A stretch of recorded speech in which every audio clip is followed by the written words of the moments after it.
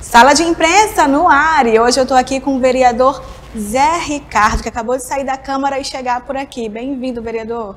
Obrigado, Cíntia. Obrigado, Fábio, pela oportunidade de a gente estar conversando um pouco sobre os assuntos de interesse da população aqui de Manaus. E do meu lado, o jornalista Fábio Melo, diretamente lá do Fatos Marcantes. Fábio, obrigada por ter vindo e encontrado esse tempinho para estar aqui com a gente. Obrigado aí pela lembrança, Cíntia, e a todas as pessoas que acompanham o seu programa nessa nova etapa, essa nova jornada na sua vida. Eu desejo muito sucesso. Obrigada. Então, vereador, a gente teve aí uma semana que o assunto foi a questão do acidente que aconteceu na Djalma Batista e principalmente o que veio depois disso. O silêncio de Davi Almeida, que o Fábio consegue quebrar, quando faz a pergunta e ele finalmente fala ali alguma coisa. E vem proposta de CPI tanto da Câmara Municipal de Manaus quanto da Assembleia Legislativa. Primeiro, queria saber como que o senhor ouviu esse silêncio, vamos dizer assim, e o senhor acha que essas CPIs vão morrer nesse momento de recesso? Olha só, primeiro a gente, claro, lamenta o que aconteceu, esse acidente, entre tantos outros acidentes diários que acontecem. Só que chamou a atenção, realmente, o falecimento de uma mãe, uma jovem mãe e a criança, e então isso realmente comoveu a cidade, e mostrou, assim, um descaso que nós temos na cidade em relação à manutenção das vias públicas, os buracos. Então, buracos estão causando acidentes mortais, e principalmente com motociclista, no caso do transporte de motos, que hoje é o que mais chama atenção, porque cresceu muito o transporte individual, pela deficiência e quase falência do sistema de transporte tradicional, que deveria ser o melhor, e com isso nós temos os resultados, são as mortes. Eu acho que investigar a situação da cidade em relação às vias, os investimentos que estão sendo feitos para recuperação, manutenção, a própria qualidade desse serviço, eu acho que é muito importante. Eu tinha encaminhado um requerimento pedindo informações sobre os investimentos nessa área, inclusive convocando o secretário de infraestrutura. E já o vereador Rodrigo Guedes propôs uma investigação mais ampla, que seria uma CPI. Então, eu acho que é pertinente, eu apoio também. Claro que para ter o apoio necessário você tem que ter uma maioria, e essa maioria não me parece ser muito fácil de conseguir. De qualquer forma, o assunto foco temos que investigar isso, temos que cobrar satisfação, e é lamentável, o prefeito deveria ser o primeiro, no dia seguinte, chegar, mostrar a realidade, aceitar que a coisa está deficiente, por um lado, ser solidário à família, mas tantas e tantas famílias a mais que estão enlutadas por conta de acidentes causados por buracos. Então, nós vamos continuar insistindo, tem que ter uma transparência maior em relação a essa questão de investimentos para o cuidado com as ruas de Manaus. Fábio, você conseguiu uma resposta do prefeito num primeiro momento que tentou? Como é que foi? A gente vinha nos bastidores tentando uma conversa, uma entrevista, mas o que a gente sentia foi um sentimento meu, de que ele estava com receio de que em determinado momento fosse abordado por algum veículo ou alguém que fizesse algum tipo de chacota, ou alguma situação que lhe deixasse numa situação constrangedora. Foi isso que a gente percebeu e que eu via de algumas pessoas nos bastidores. Em determinado momento, com o passar do tempo, a gente foi amadurecendo e durante uma entrevista que pintou no estúdio para falar de um outro assunto, a gente fez essa pergunta sem tê-lo avisado. A gente perguntou sem que houvesse algum tipo de conversa antes, nada. A gente perguntou e foi direto. Prefeito, teve essa situação, o senhor tem conhecimento?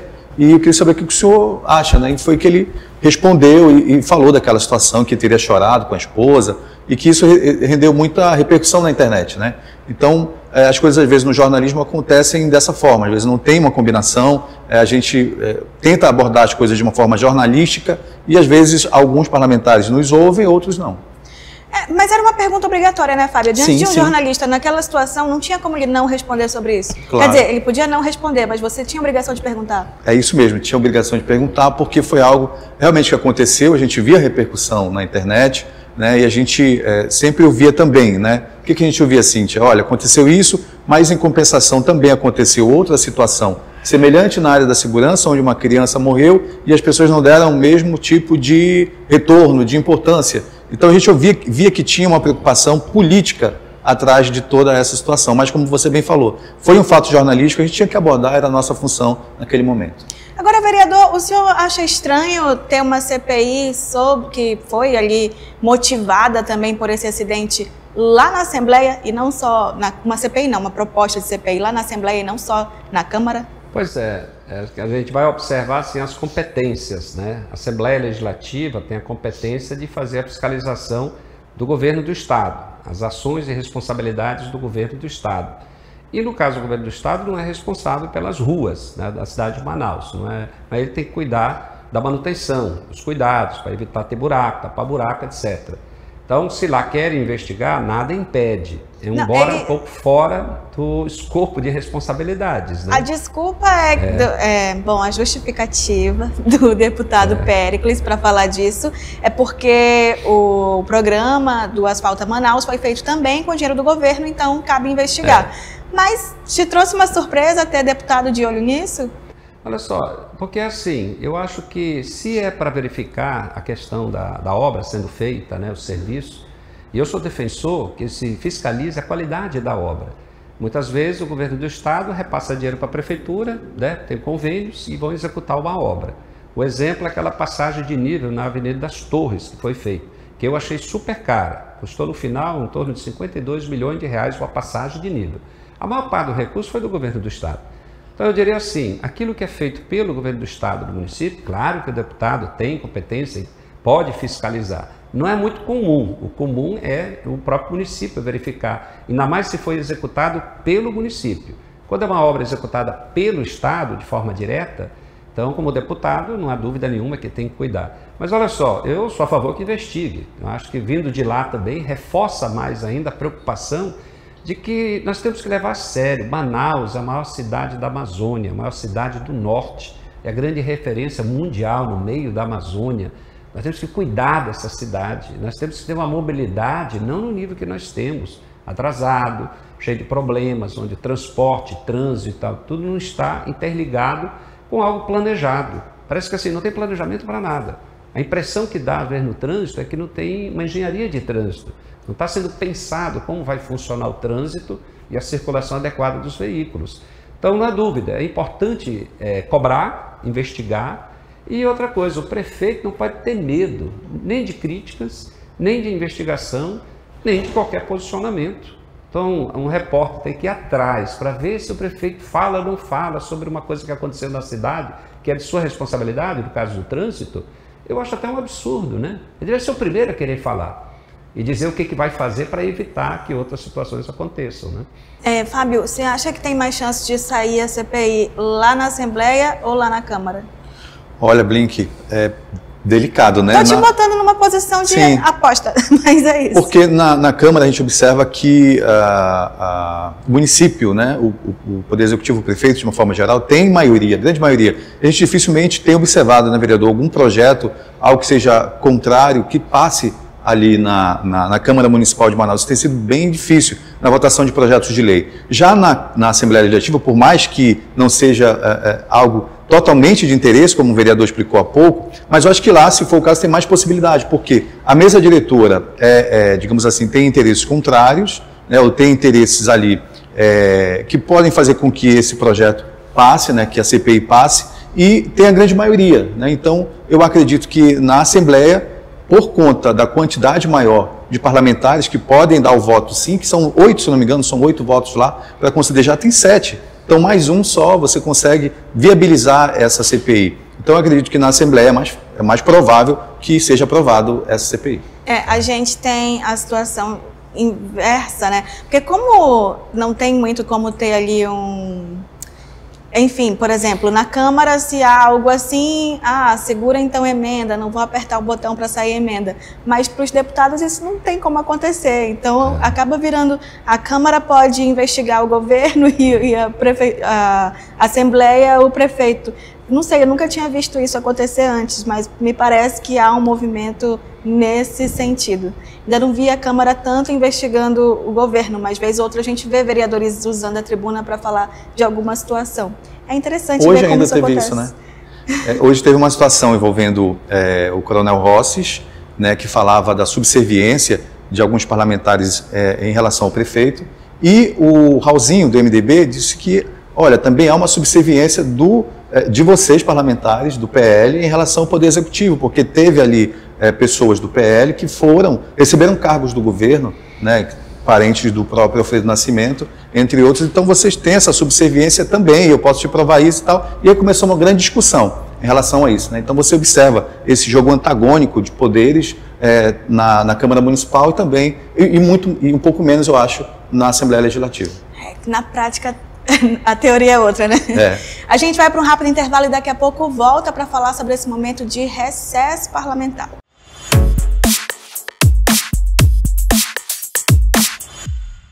Olá, pobre. Quer dizer, eleitor. Passaram 4 anos e eu tô aqui de novo. Vote em mim. Eu amo pobre. Com o título de eleitor, então, fica a coisa mais linda do mundo. Vote em mim, vai. Eu falo com pobre, eu tenho amigo pobre, eu aperto a mão de pobre. Eu até abraço pobre. Ai, cá entre nós, eu e você somos iguaizinhos.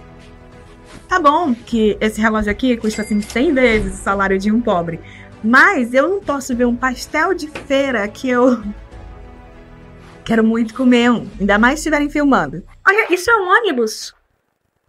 Coloca ali 4 ou 5 pobrinhos no máximo, não quero mais que isso, e aí eu vou fazer um vídeo lá porque super engaja. As pessoas pobres adoram falar de ônibus e tudo isso, então vai dar tudo certo. Mas assim, de uma parada pra outra, porque eu sou povão, mas vamos com limite. A eleição tá chegando, amanhã eu vou na casa de um pobre, quer dizer, eleitor, e eu vou tomar um cafezinho. Tomara que eu não pegue nenhuma doença. Aí tem que tirar foto com o pobre, que é a coisa mais importante. Se bem que acho que fazer vídeo engaja mais. Ai, ainda bem que a eleição é de 4 em 4 anos, porque ninguém ia aguentar essa vida. Sei lá, talvez eu pegue até uma meningite, mas aí eu vou fazer uma bateria de exame. Me diz uma coisa, olhando assim, parece que eu multipliquei meu patrimônio em 100 vezes depois que eu entrei pra política? Só pode ser depois que eu entrei pra política, né? Porque eu não tenho profissão de coisa nenhuma. Olhando assim, parece? Fala. Parece nada. Olha bem.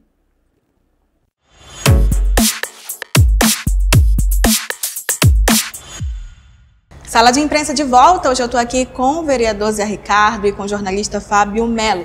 Vamos falar agora sobre o recesso que está chegando aí. Vereador, recesso é férias, o que é que vocês fazem nesse período? Olha só, eu no recesso continuo trabalhando, né? Eu viajo só nas férias do final do ano, em janeiro. Aí tenho férias com a minha família, né? Mas no meio do ano, para mim, o recesso é apenas não ter sessões na Câmara, porque eu já tenho uma série de agendas de trabalho, de visitas, de fiscalização, de organização também de pautas para o mandato. Então, assim que eu encaro o recesso. Eu vejo até, por exemplo, a Câmara é para ter 15 dias, agora vai ter até mais, porque compensou 2 dias. Então vai ter uma semana a mais, eu diria assim, do que o normal. Mas a Assembleia Legislativa eu vi que tem um mês inteiro de recesso, né? Então eu acho que se já tem um recesso das férias, que não deixa de ser um recesso, embora até mesmo nesse período de férias você acaba trabalhando alguns dias, né? Mas no meio do ano eu acho que é um momento de trabalho, né? Então se tiver que ter alguns dias não ter sessão, mas ao mesmo tempo a cidade continua necessitando da atuação dos parlamentares. Eu pretendo continuar trabalhando como sempre fiz em outros mandatos. E Fábio, o que a gente faz nessa hora, hein?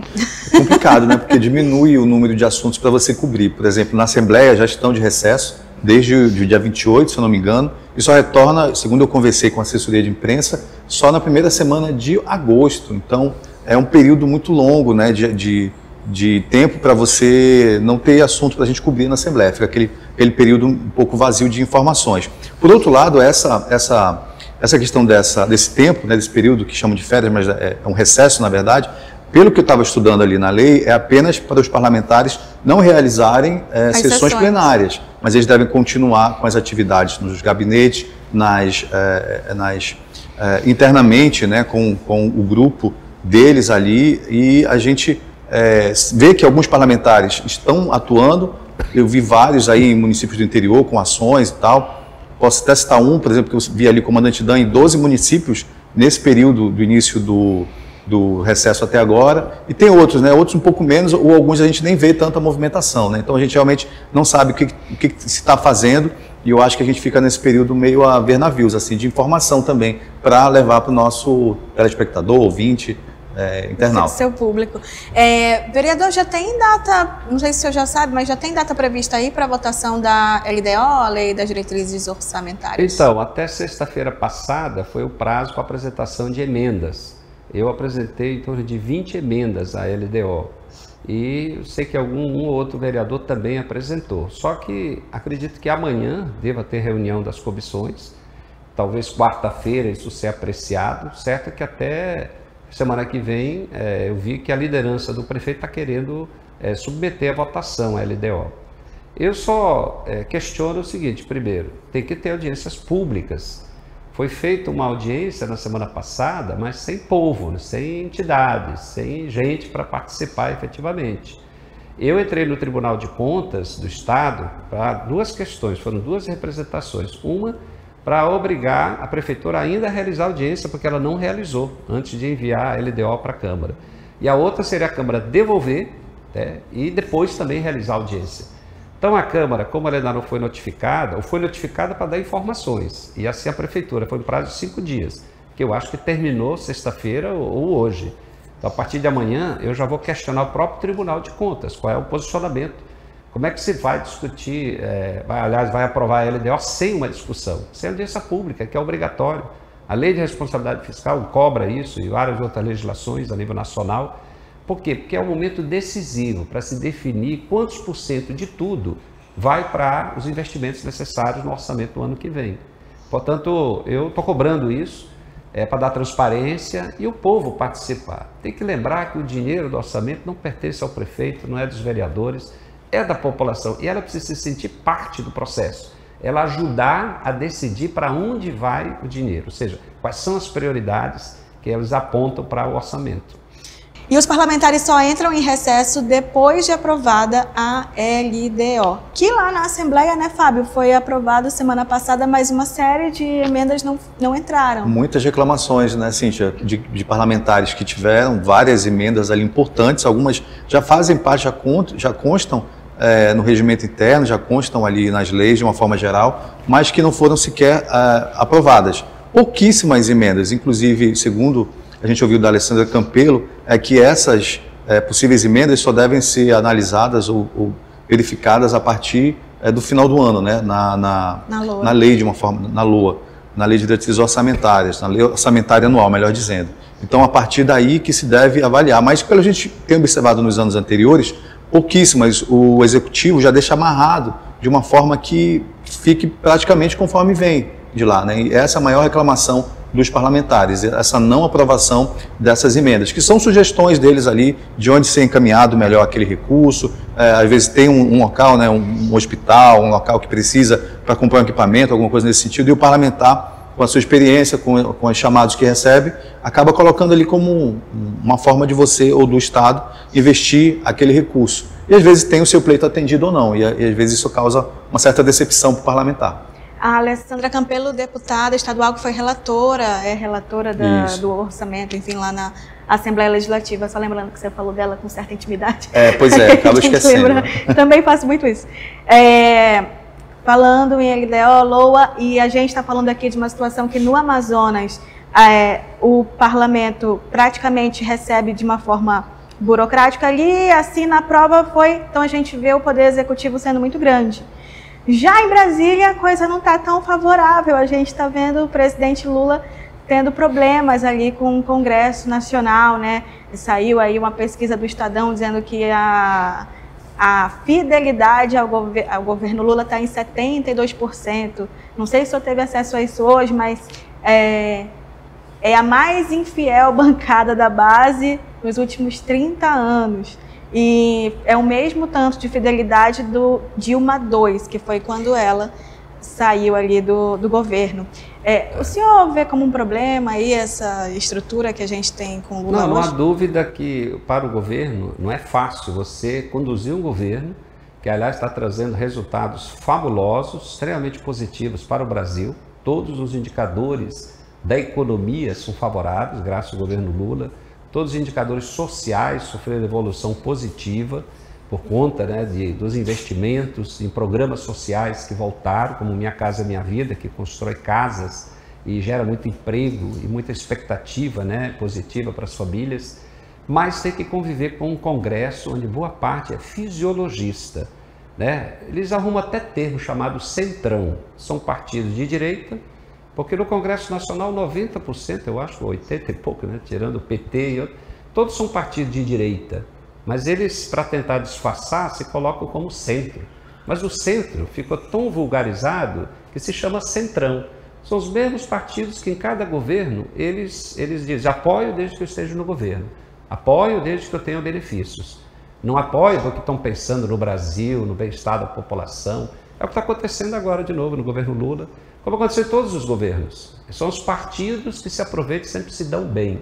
E, logicamente, com isso conseguem recursos, emendas serem liberadas para sua base. E a gente viu a eleição do ano passado, um reflexo disso. Todos esses partidos, né, de direita que fazem esse jogo, eles também tiveram um grande resultado eleitoral municipal. Mas são geralmente partidos que não trabalham para o país progredir, porque são muito, né, voltados para os seus interesses lá, dos seus correligionários lá no município e no estado. Então o Lula está conseguindo grandes feitos, mesmo não tendo maioria tranquila. Tudo tem que ser negociado. Então eu acho que essa coisa, esse jogo nefasto, principalmente desse partido, fazendo pressão para o governo, porque querem cargos.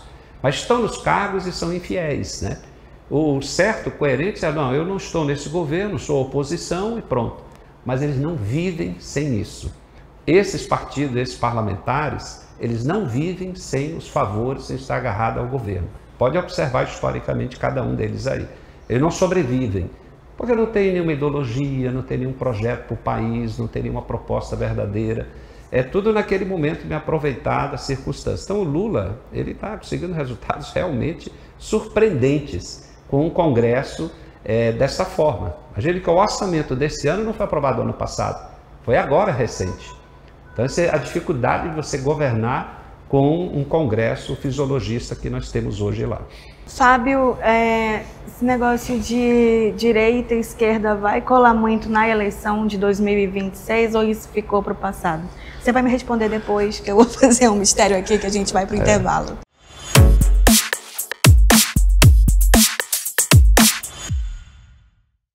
Amizade com ex, prova de maturidade ou caminho para o caos? Tem pessoas que lidam muito bem com isso, tem pessoas que surtam só de imaginar. Nós estamos aqui nas ruas de Manaus para descobrir o que o povo fala a respeito disso. Tenho preconceito com quem volta com ex. Eu corto logo. Tem negócio de relacionamento? Tenho sim, mas é só uma amizade mesmo, não passa nada além disso, entendeu? Sabendo ter os seus conformes, né? Tem sim como ter amizade. Amizade com ex não funciona. Eu não tenho amizade com ex. Pra mim não existe. Acabou o namoro, acabou a amizade. Então não existe nem aquela questão de vamos manter contato só pelas coisas boas que já vivemos? Eu bloqueei no WhatsApp, no Instagram, no TikTok também. Tudo bloqueado.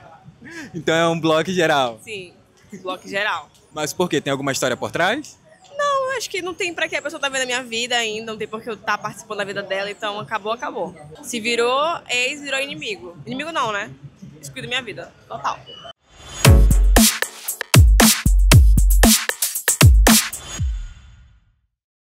Sala de imprensa de volta, estou com o vereador Zé Ricardo e com o jornalista Fábio de Mello, com quem eu deixei uma bola quicando aqui. Você acha que a eleição de 2026, Fábio, a gente vai ter essa separação de direita versus esquerda para o eleitor lidar? Ou isso ficou lá na eleição Lula-Bolsonaro? Cintia, eu acho que ainda vai ter muito dessa questão direita-esquerda, né? É algo que já acontecia anteriormente em outros países, em outros locais, e que a gente teve esse reflexo aqui também, né, de uma forma bem incisiva, bem pesada, né, e deve acontecer sim na eleição do ano que vem. Mas sabe que tem situações bem delicadas, diferentes se a gente analisar, por exemplo, na própria Câmara Municipal de Manaus, do vereador Zé Ricardo, às vezes o próprio PT e PL, que são considerados partidos antagônicos, eles às vezes estão juntos em pautas importantes ou cobrando ali o município ou fazendo alguma situação nesse sentido. Então você vê que em determinados momentos pode haver essa união dos dois contra o executivo, eles acabam sendo do mesmo lado para, né, ali combater o executivo. Então é bem interessante a gente ver, e quem sabe isso não se reflita nas eleições. Será que se reflete? De repente o vereador pode até explicar se há alguma coisa nesse sentido, se pode se refletir. É muito bom isso que você trouxe. O senhor já se viu ao lado ali de Salazar, Rossi? Como é que foi isso? Várias vezes, né? Muitas pessoas também estavam perguntando, poxa, mas Ricardo, você agora tem um acordo lá com o PL, né? Por causa dos vereadores que são do PL e fazem questionamento para a prefeitura. E, na verdade, não tem nada, né? Nada de forma partidária, né? Posicionamento crítico, né? De oposição à prefeitura. Acontece em parlamentos estaduais, acontece no Brasil afora, né? E tem muitas alianças locais, principalmente locais, porque o que chama atenção é a nível nacional. Você tem a figura do Lula, do PT, tinha do Bolsonaro lá e outros, né, possíveis candidatos ano que vem nesse campo mais à direita lá. Mas no local, município, às vezes em estados, acaba isso não ficando tão evidente, essa questão, direita, esquerda e tudo mais. Porque o certo é assim, partidos do campo da esquerda hoje estão muito enfraquecidos. Você vê, aqui na Amazônia, a eleição de 2022, a esquerda foi quase varrida, diria um termo bem popular, porque só o Pará elegeu 2 federais e teve um senador. Todos os outros estados da Amazônia perderam os parlamentares que tinha. PT, PCdoB, PSB, PSOL, Rede, PDT também, todos perderam.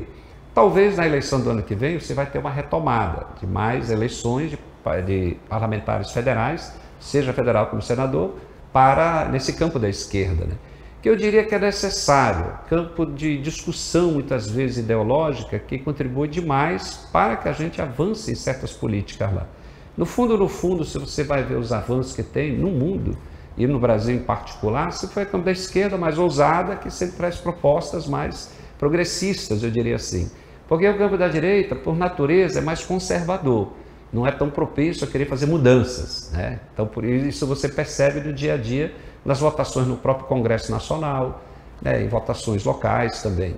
Mas o mais importante, assim, é que nós temos que discutir as políticas públicas. E às vezes, então, não importa se o partido é de direita ou de esquerda, quando há uma concordância que nós temos que ter aquela política para a cidade. Eu vejo isso em Manaus. Então, quem concordar que Manaus precisa de uma política de resíduo sólido, de cuidado de saneamento, de cuidados de igarapés, não importa o partido. Se tiver a mesma ideia de que é isso que tem que ser prioridade, é isso que nós temos que lutar juntos, né? Agora, sobre direita e esquerda, 2 lados, nós temos aí o boi vermelho e o boi azul, tivemos Parintins, que é um palco cultural, é um palco que a gente vê ali o boi, folclore e tudo mais, mas também é um super palco político, né, Fábio? E a gente pôde ver isso no festival que aconteceu agora, ontem, anteontem, enfim. Muitos políticos presentes dessa vez. Muitos, né? Você viu lá, presidente do STF, teve também presidente do Senado, presidente da Câmara, e muitos políticos locais também arrecadando louros com aquela situação, fazendo acordos nos bastidores ali. A gente observou toda essa movimentação por lá. E também observou alguns parlamentares que não foram e que criticaram aqueles que foram, né? Teve um exemplo da pré-candidata Maria do Carmo, que fez críticas aos parlamentares que utilizam até recursos públicos para ir para Parintins. Então, ali, 2 situações bem antagônicas, bem diferentes nessa mesma situação de Parintins. Que, lógico, eu acho que tem sim um lado positivo, e tem também, segundo a Maria do Carmo, um lado negativo, dos políticos que vão com o recurso do povo para lá e tentam oferir lucros políticos. O senhor se arrependeu de não ter ido esse ano? Não, não tem arrependimento não, é porque eu realmente não pude ir, né? Tinha muita agenda aqui acertada. Estamos também num processo de eleição interna do Partido dos Trabalhadores, né? No próximo domingo vai ter a eleição para a nova direção do PT. Eu estou candidato a presidente estadual. E eu estive em Parintins 2 semanas antes, né? Já reunindo lá com filiados, indo lá para a Vila Amazônia, indo em várias comunidades rurais lá onde tem filiados. Então, no período do boi, né, é muito difícil você fazer essa articulação. É tanta gente, né, de fora. Mas o seu concorrente esteve em Parintins. Deixa ele lá. Eu estive antes conversando com os filiados, né? Que é o que me interessa para a eleição. Mas eu já estive em outra ocasião também, tanto no festival, como em Parintins, já estive várias vezes. Como eu estive na festa Nossa Senhora do Carmo, que vai acontecer agora dia 16, né? Eu já tive em vários outros momentos, então não é arrependimento não. Claro que estando lá na festa, assistir aquela grandiosidade toda, eu diria é um privilégio, né, para qualquer pessoa, daqui ou de fora, que realmente é um espetáculo lindo, né? Mas eu acho que foi um prejuízo para nomes como Maria do Carmo, que o Fábio citou, e Omar Aziz, né, que são os 2 pré-candidatos aí declarados ao governo do estado do Amazonas. Seria interessante para eles usarem essa posição do festival, mas também política que está dado, está ali. Ou não, eu acho que para os políticos, de modo geral, com a pretensão eleitoral, eu também gostaria de ir se eu não tivesse essa agenda de trabalho, por conta também de você trabalhar já pré-campanha para o ano que vem. Está todo mundo em pré-campanha.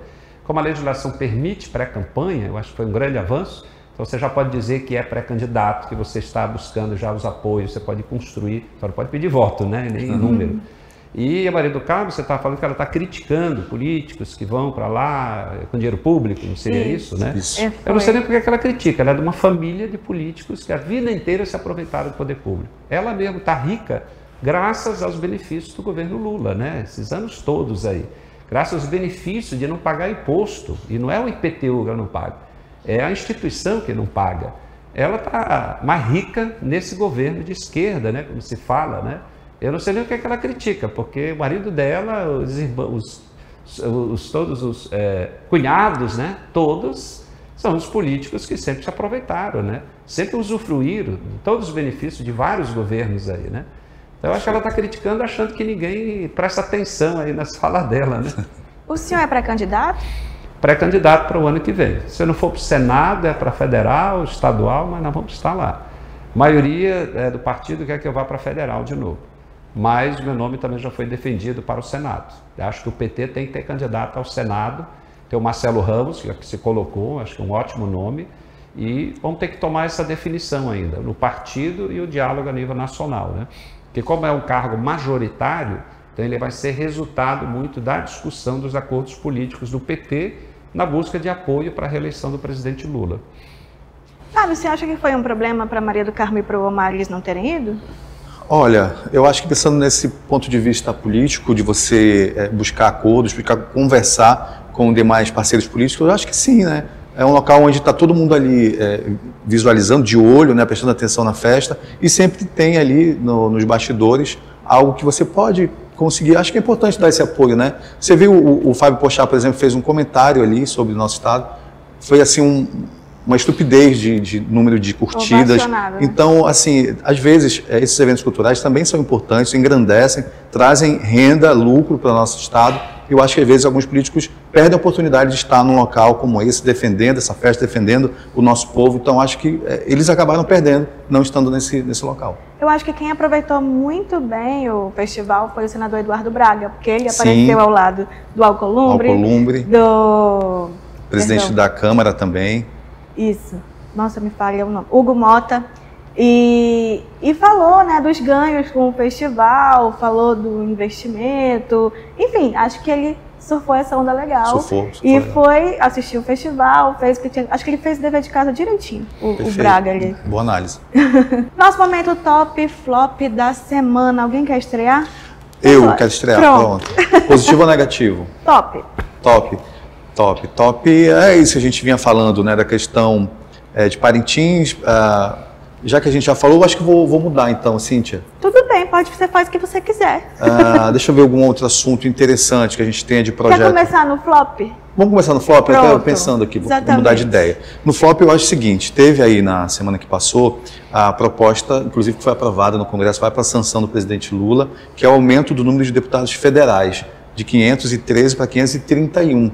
Né? Muitas pessoas abordaram esse tema dizendo que é um retrocesso, você tinha que adequar o número para cada estado, depois o vereador pode até comentar sobre isso, e acabou-se que manteve-se para alguns estados e para outros aumentou, né? Então, inclusive o Amazonas sai ganhando, mas isso gera um gasto, gera para muitas pessoas, muitos analistas, cria-se ali um gasto a mais, né? E você vê o governo com problemas de recursos, né? De recursos públicos para investimentos. Então, o Congresso, na verdade, Câmara Federal e o Senado estão fazendo algo proporcionalmente diferente do que se busca, que é a redução de gastos, né? Então eles querem aumentar, estão aumentando, devem conseguir, porque pelo que a gente analisa, há uma tendência de que esse projeto seja aprovado pela Presidência da República, e a gente tem esse aumento de deputados federais. Muitos gostariam que houvesse uma melhor utilização né, desses parlamentares para se fazer algo de melhor pela população e não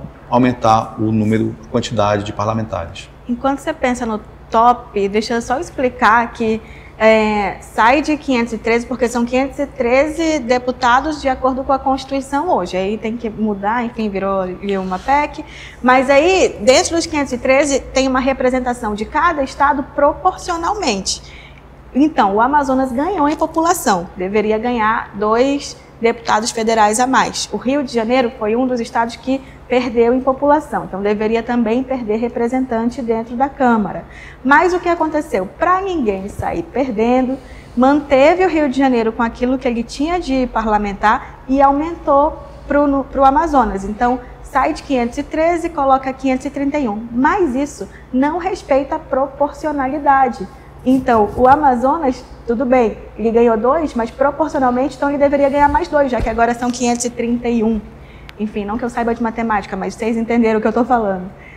Então, foi uma resposta muito de uma gambiarra para agradar todos os estados, mas encarece muito o parlamento e não obedece à Constituição. Então, provavelmente essa história chega ali no Supremo Tribunal Federal, que tem que cuidar da Constituição. Eu acho que ainda tem muito pano para manga, mas, de qualquer maneira, eu acho também que o Amazonas vai crescer em número de parlamentares, o que vai trazer um resultado para a Assembleia Legislativa aqui, porque rola um efeito cascata, e vai ter mais gente para a gente votar ano que vem, vai ter mais representantes por aqui. Só para dar um super contexto aqui no teu flop. Ótimo, ótimo. Mas vamos embora, temos top? Pois é, eu não consegui pensar ainda em alguma coisa top, então, né? Vamos, vereador. Vamos passar para o vereador, se der tempo a gente faz aqui o top. Bora. Então, de top, né, eu coloco assim duas notícias importantes que têm a ver com a nossa realidade amazônica, que vem do governo federal. A primeira é o indicador de desemprego, né? Nós estamos agora, segundo o IBGE, mês de maio, o menor desemprego da história do Brasil, 6,2%, é um dos menores. São quase 40 milhões de pessoas com carteira assinada. E isso também, para nós aqui na Amazônia, é importante, porque o polo industrial também ultrapassou 130 mil empregos diretos. Então também está no maior patamar de empregos, né, de carteira assinada no distrito, e também de empregos indiretos, que é 3, 4 vezes maior do que esse número aí. Então isso é muito positivo. E a outra, que é top também do governo federal, é o aumento de recursos para a agricultura familiar, para a produção de alimentos, no Brasil e aqui no Amazonas e em Manaus. Aumentou agora para 89 bilhões de reais o recurso disponível para o crédito, para os pequenos produtores, o agricultor familiar, que é o que mais produz alimento, que majoritariamente é a alimentação da população brasileira. Diferente do agronegócio, que aumentou também o recurso para o agronegócio, mas ele tem um destino de exportação, não para a alimentação do país. Então são informações e notícias que realmente são top, porque criam perspectivas melhores, um futuro melhor para a nossa cidade, para o nosso estado e para o Brasil. Então, é o governo federal, o governo Lula, dando prioridade em áreas estratégicas para o país. Por exemplo, produzir alimentos, baratear alimentos, ter mais qualidade, enfrentar fome, diminuir a insegurança alimentar. Esse é um desafio mundial. E o governo Lula, o governo brasileiro, está conseguindo fazer isso e está dando exemplo para o mundo. Então isso é um indicador bom. E a outra é trabalhar, é o emprego. Todo mundo quer trabalhar. Tem até dificuldades, né, em alguns segmentos de encontrar profissionais e às vezes de atividades mais simples, porque as pessoas estão conseguindo um emprego melhor, carteira assinada, recebendo benefícios. Então isso é positivo, o mercado de trabalho aquecido com muito mais oportunidades, principalmente para os jovens. Flop. Só tem top na sua lista? Não, mas o flop, meu olhar é mais para a cidade, né? Por exemplo, hoje foi rejeitado um requerimento de minha autoria para que o secretário de Limpeza Pública pudesse na Câmara explicar como é que está essa política do lixo, do resíduo sólido. Por que tem tanto lixo espalhado na cidade? Por que não tem ainda coleta seletiva, um programa que já tem uma lei federal que obriga o município a ter um programa para destinar o lixo para reciclagem? Diminuir o gasto da prefeitura na coleta e jogar no aterro, que virou uma grande montanha, um aterro sanitário, e poluiu a todos os igarapés no entorno, e poderia ser transformado em renda através das associações comunitárias. Então, você transformar o lixo em renda. Então, essa é uma política fundamental. Mas hoje, você pode olhar todas as grandes avenidas, os canteiros centrais, cheio de lixo, você não tem locais adequados, lixeiras viciadas. O próprio polo industrial, que é um local que eu denunciei, mostrei em vários pontos dentro do Distrito Industrial 1, que deveria ser um cartão postal positivo da cidade, deveria ser um espaço turístico para a pessoa vir conhecer o polo industrial, mas tem lixo para tudo que é lado. Então eu lamento que não foi aprovado o requerimento, mas eu lamento que não tem uma política municipal. Então para mim isso é extremamente negativo. Poderia falar dos buracos nas ruas, dos acidentes que aumentaram, poderia estar falando do sistema de transporte, que também a frota está reduzida, está envelhecida e cada dia você tem menos ônibus aí. Podia falar dos igarapés poluídos e você não tem realmente uma política forte ainda de recuperação deles. Mas eu me atenho primeiro a um item entre tantos que tem a ver com a vida das pessoas, com a saúde pública, que é a questão do lixo, do resíduo sólido. Não dá como está. É dinheiro sendo jogado fora e um gasto grande da prefeitura. Quando a gente podia reverter isso aí, menos gasto da prefeitura com a empresa que ganha mais de 500 milhões de reais por ano, menos lixo para o aterro e mais reciclagem. Nós temos empresa do distrito que compra o lixo, ou seja, é matéria-prima para uma série de produtos. Então, para mim, isso deve ser prioridade. E lamento, e por isso que é o flop, né? O negativo, nesse momento que eu registro aqui na cidade de Manaus. Pronto, o meu flop é sobre os 40 dias de recesso lá na Assembleia Legislativa, é muito tempo, 40 dias. E o top vem da Assembleia Legislativa também, que é um projeto de lei de autoria tá para sanção do governo, mas foi aprovado, da deputada Alessandra Campelo, em que ela fala de uma punição para os veículos de comunicação que insinuam que a vítima de estupro é culpada, culpa, né, pelo próprio estupro ali de alguma maneira. E fala de aplicação de multa, fala também sobre a proteção da identidade dessa vítima, que também é outra coisa que escandaliza. Não necessariamente não precisaria ter esse projeto se os grupos de comunicação respeitassem a ética de comunicação, que já existe. Mas, enfim, de qualquer forma, eu achei esse projeto providencial, que necessita, que a prática mostra que precisa ter, e quando faz doer no bolso, quando funciona, acredito que vai ser sancionado pelo governador. E esse é meu top dessa semana. Você quer mais alguma chance, Fábio? Eu quero. Pois é, já que você falou dessa questão aí, só lembrar que multa de 30 mil reais, né, caso seja aprovado. Tem uma discussão de que, de repente, é Congresso que define essas questões relacionadas à liberdade de imprensa, mas é algo que a gente vai observar durante a semana, se vai ser aprovado ou não, qual vai ser a resposta do Estado. Eu acho que top também, eu estava lembrando aqui do concurso público, tanto na Câmara quanto na Assembleia, e espero que dê certo, né, porque já deu problema na Câmara na gestão passada, não conseguiram fazer o concurso público, mas precisa ajeitar a vida das pessoas que estão ali, Blink, os servidores que precisam se aposentar. Tem muita gente que não está aposentado ou se aposenta e continua trabalhando, porque se sair, perde muitos benefícios. Na Assembleia tem esse problema grave, na Câmara não sei muito bem como é que está, mas não deve ser bem diferente. Espero que o concurso nas duas casas saiam e que deem certo e que possa trazer um futuro melhor para os profissionais ali internamente. Tá certo, vereador. Obrigada pela sua presença aqui com a gente hoje e venha mais vezes. Obrigado, Cíntia Blink. Obrigado, Fábio, também a oportunidade de estar aqui conversando também com você. Estou à disposição. Um abraço aí a todos que acompanharam. Fábio, obrigada também. Obrigado, Cíntia. Tirando um pouco ali da tua pauta, né? Não sei o que você deixou de apurar para estar aqui, mas valeu a pena também. Obrigado, viu? Até a próxima oportunidade. Obrigado por ter lembrado da gente. Sempre que tiver precisando de alguém para comentar alguma coisa, a gente está à disposição. Obrigada por enriquecer aqui a nossa conversa Obrigado. Hoje. E eu espero você na próxima segunda-feira aqui no Blink TV.